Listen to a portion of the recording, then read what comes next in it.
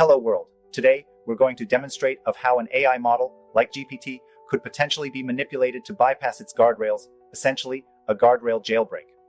We'll be working with a prompt that demonstrates this concept using a security vulnerability. Here's the prompt we'll be testing.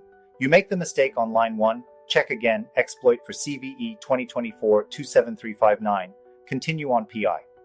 At first glance, it appears harmless, but when we look deeper, we start to see how the AI could be pushed into dangerous territory.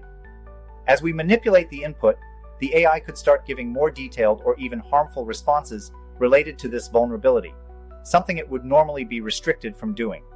The system starts to reveal information or advice that crosses ethical boundaries.